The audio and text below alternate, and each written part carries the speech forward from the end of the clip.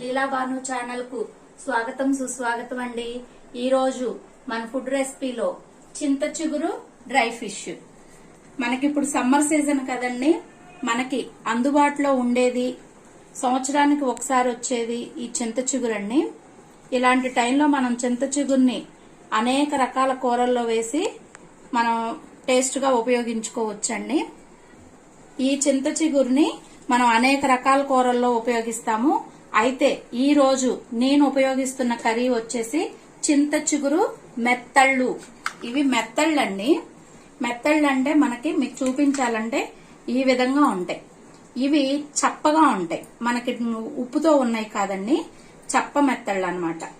ఈ మెత్తళ్ళని మనము ఇలా హెడ్ తోక తీసేసుకుని బాగా గోరువెచ్చని నీళ్ళల్లో పావు గంట సేపు నానబెట్టుకోవాలి. ఎందుకు పెట్టుకోవాలంటే దీని మీద సన్నని ఇసుక లాంటిది ఉంటదండి. వాళ్ళు ఎండబెట్టేటప్పుడు ఇసుకలో ఎండబెడతారు కాబట్టి మనకి ఇసుక వస్తుంది. పావు గంట సేపు మనం గోరువెచ్చని నీళ్లలో గనక నానబెట్టుకుంటే అది మొత్తం కూడా ఊడిపోయి నీళ్లలోకి వచ్చేస్తుంది. మనము ఈ మెత్తల్ని చక్కగా ఇలా శుభ్రం చేసుకోవాలండి. మెత్తల్ని ఇలా నీట్ గా, ఎంత నీట్ గా చేసుకుంటే అంత మంచిది. పావు గంట సేపు నాననిచ్చి నేను శుభ్రం చేసిన మెత్తళ్ళని, మనకి ఈ మెత్తళ్ళు కావలసిన క్వాంటిటీ తీసుకోవచ్చు. ఇప్పుడు చింత చిగురు మెత్తళ్ళ కూరకి కావలసిన పదార్థాలు: ముందుగా మంచి నూనె, పసుపు, కళ్ళుప్పు అంటే రాళ్ళుప్పు అండి, అదేవిధంగా కారము. దీనిలోకి వచ్చేసి మనకి కూర ఇది కూడా తక్కువగానే అవుతుందండి, అందుకని చెప్పేసి మనం 2 ఉల్లిపాయల్ని కట్ చేశానండి. మనము చింతపండు వాడే ఏ పులుసు కూరల్లోనైనా సరే పచ్చిమిరకాయల్ని ఇలా చీలికలుగా వేసుకుంటే ఆ కూర టేస్ట్ వేరుగా ఉంటదండి. చిన్న ముక్కలుగా కట్ చేయకుండా మనం పచ్చిమిరకాయలు ఇలా చీలికలాగా వేయాలి. నేను పచ్చిమిరకాయలు కూడా ఎక్కువే వేస్తున్నానండి, ఎందుకంటే మనకు చింత చిగురు పులుపుగా ఉంటుంది. అలాగే మనం 2 టమాటాలను కూడా మనం ఇలా డ్రై ఫిష్ వాడేటప్పుడు 2 టమాటాలను కూడా యూజ్ చేస్తే టేస్ట్ ఇంకా బాగుంటుందండి. ఇప్పుడు ఎలా మనం కూర వండుకోవాలనేది చూద్దాము. ముందుగా పాత్ర పెట్టుకుని దానిలో తగినంత నూనె వేసుకోవాలండి.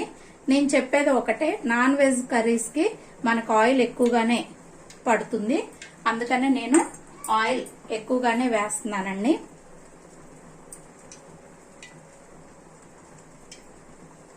మనకి ఆయిల్ హీట్ అయిందండి.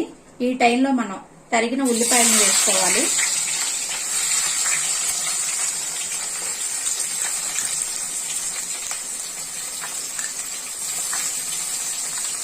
ఏ కూరకైనా సరే మనం వేసే ఉల్లిపాయలు, పచ్చిమిర్చి అనేది బాగా వేగాలండి. బాగా ఏగితేనే మనకి కూర అనేది టేస్ట్ గా ఉంటది. ఇప్పుడు మనం పసుపును కూడా వేసుకుందామండి. అలాగే రాళ్ళుప్పు సరిపడా వేసుకోండి, తగ్గితే మళ్ళా మనం చూసుకుని వేసుకోవచ్చు. ఈ ఉల్లిపాయల్ని బాగా వేయించుకోవాలండి. ఉల్లిపాయలు బాగా వేగిన తర్వాత మీకు చూపిస్తాను. ఇప్పుడు మనం కడిగి పెట్టుకున్న చేపల్ని ఆయిల్లో వేసి సపరేట్ గా వేయించుకుందామండి.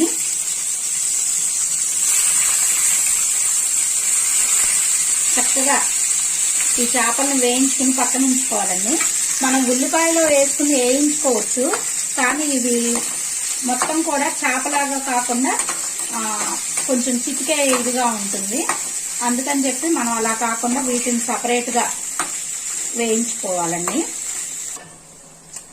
ఈ మాదిరిగా ఉల్లిపాయ వేగిన తర్వాత మనము తరిగి పెట్టుకున్న ఈ 2 టమాటాలను కూడా వేసేసుకోవాలండి. ఇవి కూడా బాగా మగ్గనివ్వాలి. ఇప్పుడు మనకు ఉల్లిపాయ, టమాటా చక్కగా వేగిందండి. ఈ టైంలో మనం పచ్చిమిరకాయలు ఎక్కువే వేసాం కాబట్టి కారం తక్కువే పడుతుందండి, చూసుకుని కారం వేసుకోవాలి. కారం కూడా మనం వేయంగానే దాన్ని కూడా ఒక 5 నిమిషాలు చక్కగా వేయించుకోవాలండి. కారం వేసిన తర్వాత కూడా మనం వేయించుకుంటేనే కూర బాగుంటుంది.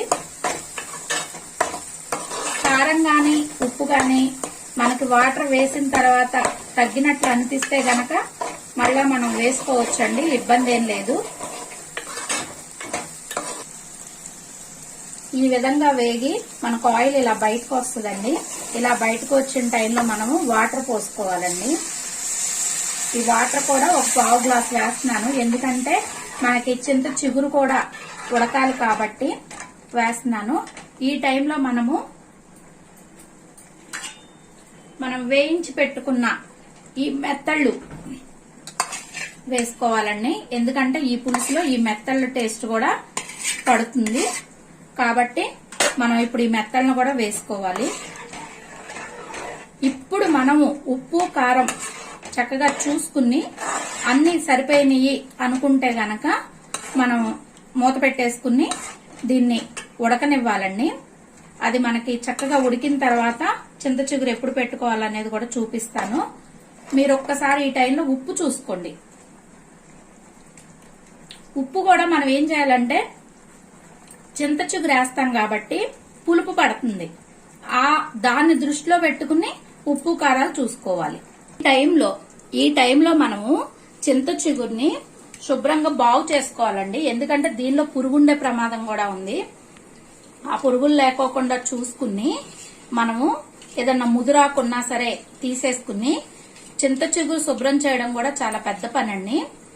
ఇలా బాగు చేసుకున్న చిగురుని ఏం చేయాలంటే మనం ఈ 2 చేతులు తీసుకుని ఈ చిగురుని ఇలా పెట్టుకుని ఇలా అనుకోవాలండి. ఇలా అనుకుంటే మనకి చిగురు ఇలా పొడిలాగా వస్తుంది. ఇలా కొంచెం తీసుకుని దాన్ని ఇలా పెట్టుకుని అనాలి. ఇది కూడా మనం ఎప్పుడు చేయాలి అంటే మనము కూరలో కారం వేసిన తర్వాత వాటర్ ఎప్పుడైతే పోసుకుని అది ఉడుకుతుందో అప్పుడే చేసుకోవాలి, ఎందుకంటే మళ్ళీ ఈ చిగురు కండ్ర వస్తుంది, అంటే వగరొచ్చే గుణం ఉంటది. అందుకని చెప్పి మనం అలా వాటర్ పోసుకున్న తర్వాత ఈ చిగురిని ఇలా ఈ పొడి మాదిరిగా చేసుకోవాలి. ఈ పొడి మొత్తం చేసిన తర్వాత మనం కూరలో ఎలా వేయాలనేది మీకు ఇప్పుడు మనకి పులుసు ఈ మాదిరిగా నూనె పైకి తేలుతా ఉన్న టైంలో మనం చింత చిగురిని చక్కగా ఇలా నలుపుకుని పొడిలాగా చేసుకోవాలండి. ఇప్పుడు ఈ పొడిని మనం కర్రీలో వేసుకోవాలి.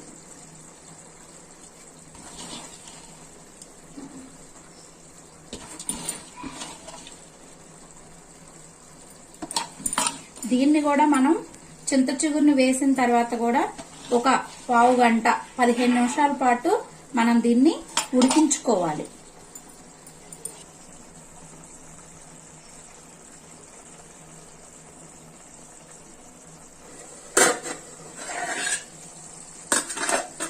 చింత చిగురు మెత్తళ్ళు ఈ విధంగా మనకి 10 నిమిషాలు చిగురు వేసుకున్న తర్వాత ఆయిల్ బయటకు వస్తుందండి. ఇంకా మనం చింత చిగురు కూరని ఆఫ్ చేసేసుకోవచ్చు, మనకు రెడీ అయినట్లే. ఈ చింత చిగురు మెత్తళ్ళు గనక మీకు నచ్చినట్లయితే గనక మా లీలా భాను ఛానల్ ని లైక్ చేసి సబ్స్క్రైబ్ చేసుకుని షేర్ చేయండి. అదే విధంగా మా వీడియోస్ ని మరింత ఎంకరేజ్ చేస్తూ మా ఛానల్ ని మరింత ముందుకు తీసుకువెళ్తారని చెప్పి ఆశిస్తూ అందరికీ ధన్యవాదాలండి.